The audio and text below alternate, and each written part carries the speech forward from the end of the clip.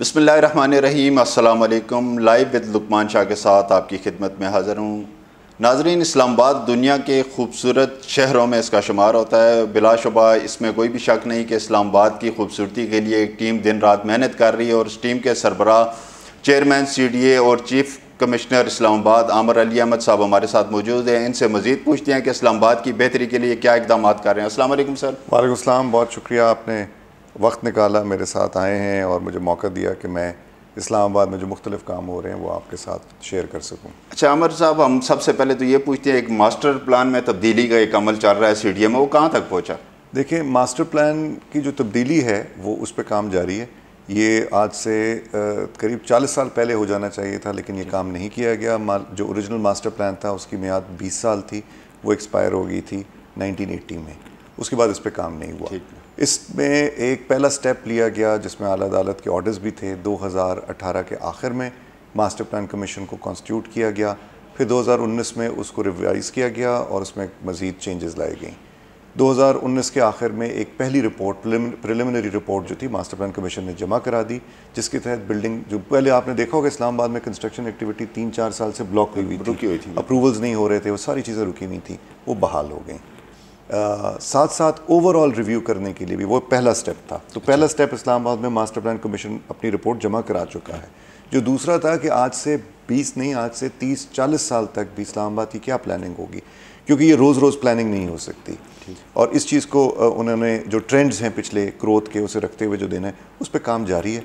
और मुझे उम्मीद है कि अगले 6 माह में जो मास्टर प्लान कमीशन है वो अपनी रिपोर्ट दे देगा। मास्टर प्लान कमीशन में ज़्यादातर क्या तकरीबन तमाम ही लोग जो हैं वो एक्सपर्ट्स हैं प्राइवेट सेक्टर से और अपनी फील्ड से। टाउन प्लानर्स भी हैं, आर्किटेक्ट्स भी हैं, लॉयर्स भी हैं। तो वो एक बड़ा एक रिच कॉम्बिनेशन है जो कि CDA से या हुकूमत से बाहर हट के अपना काम कर रहा है और वो अपनी रिपोर्ट कैबिनेट को जमा कराएगा। अच्छा सर, आपने कब्ज़ा माफिया के ख़िलाफ़ जब से आप आए एक भरपूर कार्रवाइयाँ शुरू की हैं, तकरीबन कितनी मालियत की ज़मीन आप रिकवर कर चुके हैं? देखिए, मैं सिर्फ एक ही मिसाल दूँ, I-15 में डेवलपमेंट का काम शुरू हुआ है तो 8000 कनाल तो सिर्फ I-15 का सेक्टर है। पाक एन्क्लेव 1 जो था वो आपको सबको इस्लामाबाद में लोगों को पता है 2009-10 में 9 में शुरू हुआ था शायद, और अभी तक कंप्लीट नहीं हुआ था, वो कंप्लीट कर दिया गया है। पाक एन्क्लेव 2 अनाउंस हुआ था, वो अगेन 700-800 या इससे भी ज़्यादा एरिया था कनाल, वो खाली कराया गया, उस पर डेवलपमेंट शुरू हुई, कुछ एरियाज़ उसके रह गए हैं। तो बेतहाशा एरियाज़ हैं, आपने देखा है, हम खाली करवाते रहते हैं, एक्टिविटीज़ होती रहती हैं। उससे भी बड़ी चीज़ ये है कि हमने एक सैटेलाइट सर्वे जो प्राइम मिनिस्टर की इंस्ट्रक्शंस थी उसको करवा लिया। जब हमें एक अब चीज़ मैप्ड है कि अगर किसी ने कब्ज़ा किया हुआ है वो हमारे पास नक्शे पे मौजूद है। हुकूमत का एक कानून ये भी है जो आ रहा है और गालिबन मेरे ख्याल में नोटिफाई भी हो चुका है, उसके रूल्स बन रहे हैं। वो ये है कि अगर कोई कब्ज़े की ज़मीन पे बैठा हुआ है और वो साबित होता है और ये सैटेलाइट इमेजरी साबित करती है कि ये कब्ज़ा है, तो वो उसका रेंट देने का पाबंद हो। एक तो नाजायज़ कब्ज़ा होगा, जितनी देर उसने यूज़ किया है, जब तक कब्ज़ा वो रेंट देगा ना आगे के लिए नहीं। एक तो खाली इमीडिएटली होगा, कानूनी उस पर कार्रवाई की गई, साथ उस पर जुर्माना जो है वो जितने साल उसे यूज़ करता रहा है वो पे करेगा। सो ये डबल एक चीज़ क्रिएट हुई है जिससे, और हमारे पास इस्लामाबाद पहला शहर है जिसने बेस डेटा जमा कर लिया, तो इससे हमें बहुत फ़ायदा होगा कि हम शहर की प्लानिंग भी बेहतर कर सकते हैं और साथ साथ ये जो लोगों ने नाजायज़ कब्ज़ा किया हुआ है या वायलेशंस की हुई हैं, इवन घरों की वायलेशंस भी डिटेक्ट हुई हैं उसके अंदर, वो बड़ा एक मेहनत का काम था जो सर्वे ऑफ पाकिस्तान के साथ मिलके हमने करवाया है और वो अब कंप्लीट डेटा हमारे पास मौजूद है अल्हम्दुलिल्लाह। अच्छा ये बताएं कि इस्लामाबाद की आबादी जो बढ़ रही है, पानी पीने के पानी के मसाइल भी बढ़ रहे हैं, ये गाजी बरोथा प्रोजेक्ट पे काम रुका क्यों नहीं, आगे क्यों नहीं बढ़ रहा है? देखिए, गाजी बरोथा पे बहुत तेज़ी से काम आगे बढ़ा है। ये बहुत बड़ा प्रोजेक्ट है, ये ऐसा नहीं है कि बस कल शुरू हो जाए। किसी भी प्रोजेक्ट के लिए प्लानिंग पहले चाहिए, इस पर प्लानिंग मौजूद नहीं है, सिर्फ एक आइडिया मौजूद है कि अच्छा यहाँ से पानी आ सकता है। उसके लिए कैबिनेट ने मंजूरी दे दी है कि हम FWO को यूटिलाइज़ करेंगे और ये एक EPC कॉन्ट्रैक्ट के ज़रिए किया जाएगा। कुछ स्टेप्स इसमें बाकी हैं, मुझे उम्मीद है कि इस साल इस पर एक्टिविटी शुरू हो जाएगी। लेकिन गाजी बरोथा एक लॉन्ग टर्म प्रोजेक्ट है। मिड टर्म पे हमने 2 छोटे डैम्स की CDA के बोर्ड ने अप्रूवल दिए कि स्टडी करके काम कराया जाए, एक शादरा डैम और एक है सिमली डैम से ऊपर, ये चिन्योट डैम कहलाता है।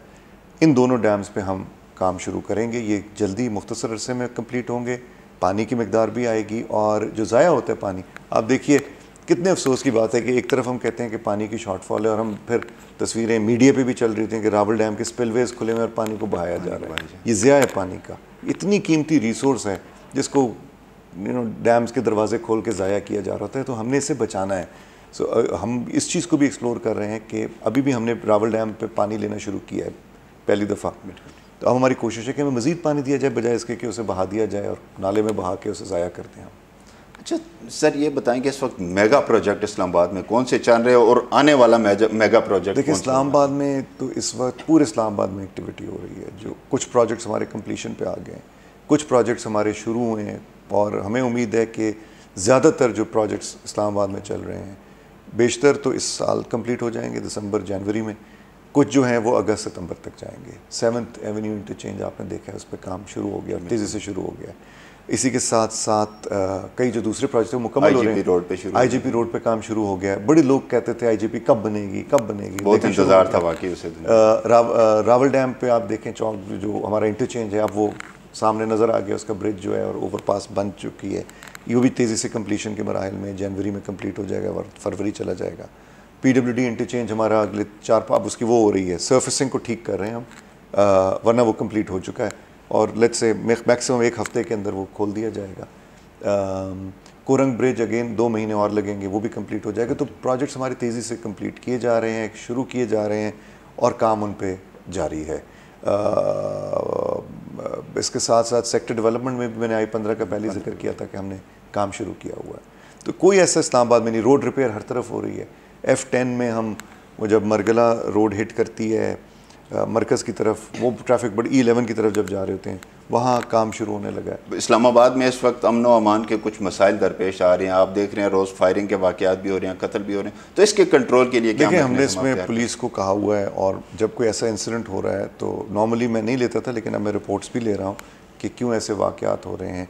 इस्लामाबाद एक फैलता हुआ शहर है, ग्रोइंग शहर है। इस्लामाबाद की इकॉनमी जो है अगर देखा जाए तो जितनी तेज़ी से ग्रो कर रही है, मेरे ख्याल में पाकिस्तान में किसी और शहर में इतना वो नहीं है। आप इसके जो जितने भी इंडिकेटर्स हैं उसे चेक करके देखें। डेवलपमेंट में हम जो है जिस तरीके से काम कर रहे हैं, शहर की मेंटेनेंस में हमारी ऑक्शंस जो हैं वो एक दिन में 30-30, 40-40 अरब रुपया जनरेट कर जाती हैं। तो लोगों का बड़ा इन्फ्लक्स है। जब इकोनॉमिक एक्टिविटी बढ़ी है, लोगों का इन्फ्लक्स बढ़ा है, तो उसका फॉल आउट जो एक है वो ये है कि क्राइम भी साथ बढ़ रहा है। उसे चेक करने की ज़रूरत है, उसमें एफ़र्ट्स किए जा रहे हैं, मज़ीद इंडक्शंस की जा रही हैं, टेक्नोलॉजी पे रिलाई किया जा रहा है।